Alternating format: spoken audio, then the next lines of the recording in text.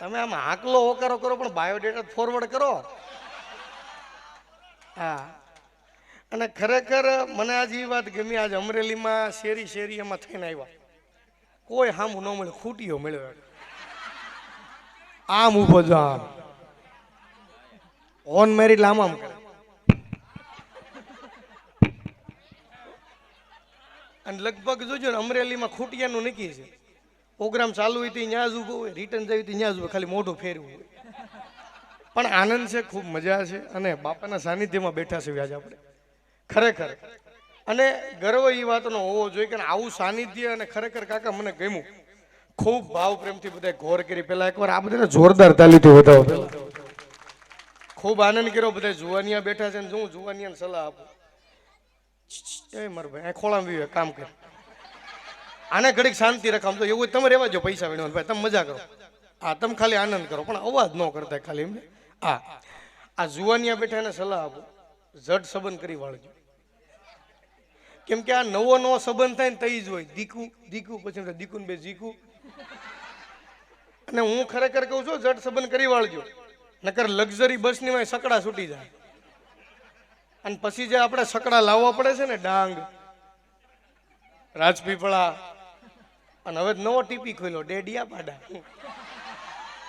હા ખરેખર. અને જો આ એક જોક્સ બહુ ઝીણો કહું, જેને સમજાય તો વધાવજો. હા, અનુભવ નહીં, મારે તો અહીંયા થયો, મારો ધારી થયો, મારા કાકાનો એ બાજુ થયો, સમજ્યા? એટલે મને ખ્યાલ છે. હા, અમારે એટલે અને એટલે એટલે એટલે મારા કાકાનો આ બધું સંબંધ થયો. મારા હમણાં કાકાનો 35 વર્ષે ડેડિયા પાડા સંબંધ થયો. અને હું જો સલાહ આપું, જે એરિયામાં સંબંધ થાય ને એ પ્રમાણે વર્તવાનું. તમારા વેલેન્ટાઇન દિવસ આવ્યો ને, તમારા કાકાને થયું લાવ કંઈક ગિફ્ટ આપું. તે સિલ્ક ને ડેરી મિલ્ક ને કિટકેટ ને બધું ગિફ્ટ આપ્યું. તે સૂટું છું. મેં કાકા સૂટું કેમ છું? કે તાર કાકી કે વિમલ નો લવાય. હવે નો સમજાવી જાય સમજો ખરેખર. કેમ કે બહુ બોળ નથી કરવાનો, કેમ કે આનંદ કરવા ભેગા થયા છે ભાઈ આપણે. હા, અને બેનો બેઠા એટલે એકાદી ફરમાઈશ લઈ લો. જો કે અહીંયા આવ્યો એટલે ફરમાઈશ તો કે આપી દીધી હતી એક બે જણાએ કે મિલનભાઈ ફરમાઈશ લઈ લેજો, આ લઈ લેજો, બધી તમારી ફરમાઈશ પૂરી કરી દે.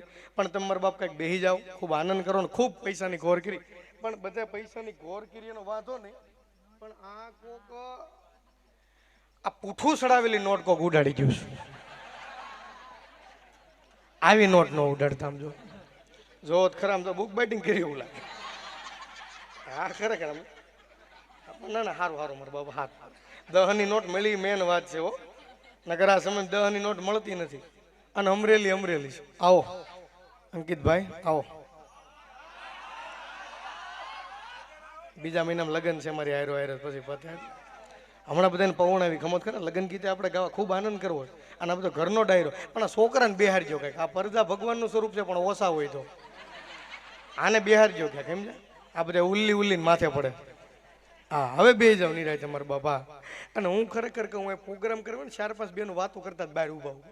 અને લગભગ 4-5 બેનું ભેગા થાય ને એટલે એક વાત કરશે, જોજો.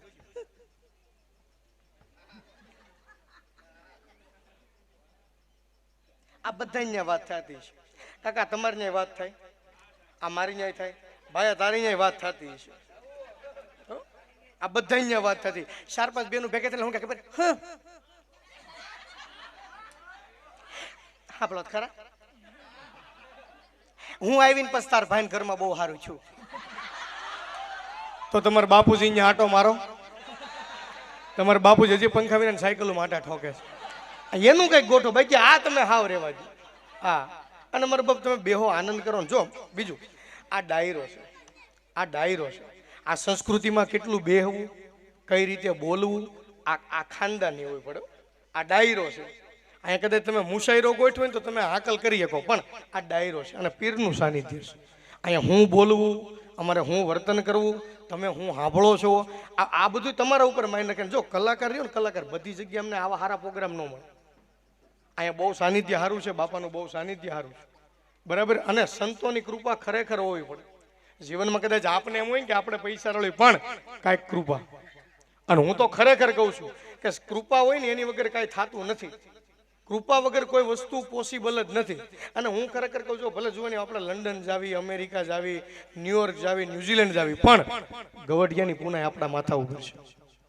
એનો દાખલો આપું, એનો દાખલો આપું તમને. આ ખરેખર તમને વાત કરું. જો કે હું સાહિત્યનો માણા નથી, પણ આજ તમને વાત કરવા ઘરનો પ્રોગ્રામ છે. એક દાદા હવારમાં દવાખાને ગયો. સીતારામ. સીતારામ બોલું દાદા. આખું શરીર ઉકાળા મારે છે. શું થાય છે દાદા? આખું શરીર ઉકાળા મારે. એટલે ડોક્ટરે કીધું દાદા કોરોનાની પરિસ્થિતિ છે, તાવનો રિપોર્ટ કરાવવો પડશે. અને અમુકને હજી ખબર જ નથી કે કોરોના શું છે.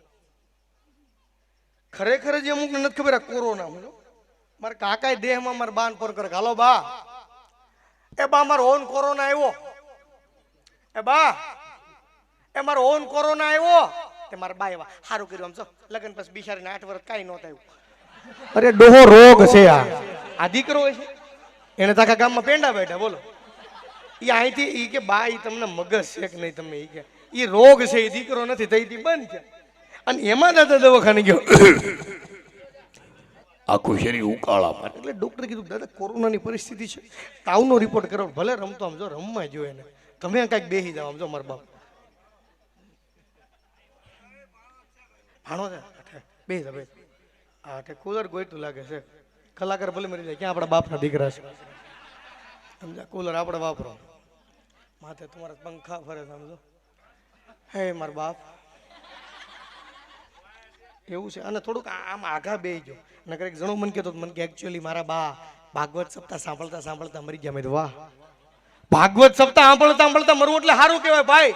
આ મોક્ષ છો કે મોક્ષ. મને કે તંબુરો મોક્ષ સ્ટીડિયો માથે પડ્યો. એટલે સ્ટીડિયાથી થોડાક આઘા બેસજો. અને આમ તો કંઈક નિરાયત રાખો મારા ભાઈ. જુઓ ને તમે હાવ નિરાયત રાખો. મને ખબર તમને શું ગમે છે, કપડા મેચિંગ બરાબર, રતનપુર બોર્ડર, આ બધો મને ખ્યાલ છે. પણ નિરાયત તો રાખો, કંઈક મજા કરવા દો, પછી આપણે આનંદ તરફ જાવ. આ મને ખ્યાલ છે, ખ્યાલ છે.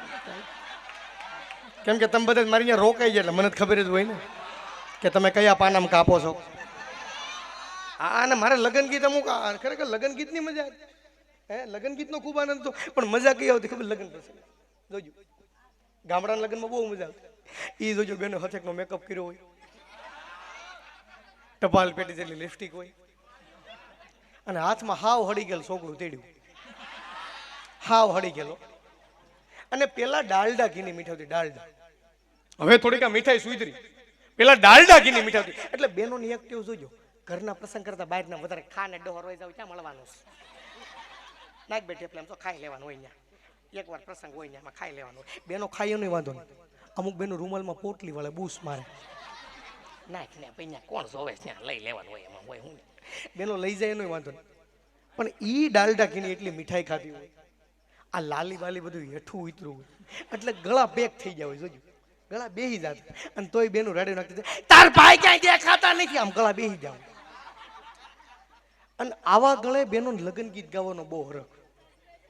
બેનો તમને જ ખબર છે કયા રાગમાં ગાવી છે. ભાઈઓ આપણે ક્યાંક ક્યાંક સાંભળા છે.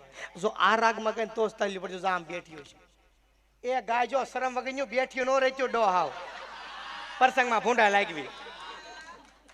લે સંપા તું આવી છો, હારો બાપા, હારો હારો હારો બાપા, હારો તું જાડી થઈ ગઈ, હારો બાપા, હાર ગાયજો. એ તમે ગાયજો બધા હાવ શરમ વગર બેઠા ન રહેતા ડોહો પ્રસંગમાં ભૂંડા લાગવી. એ ગાજો ગાજો. લે રંભા તું આવી છો, હારો બાપા, હારો. ઈ તો દુબળો પડી ગયો, સમજો દુબળો પડી ગયો. ઠેક સમજો ગાવાનું ચાલુ કરો, બધા સામું જોવે. અને તું તારા બાપને સાનમુની નો બે જણ બે સડાઈ દે આગળ, કયું નો હમસ્તી નો નથી. અને પછી જે બેનો લગ્નના ગીત ગાતા કરે ગાયજો. કે ફૂલનો તે ગજારો ને ગજા બેહીને સાનમુની નો ગજરામાં ગોટો મારા વીરને ખબર નહોતી, આયના બાપો કરતા મોટો.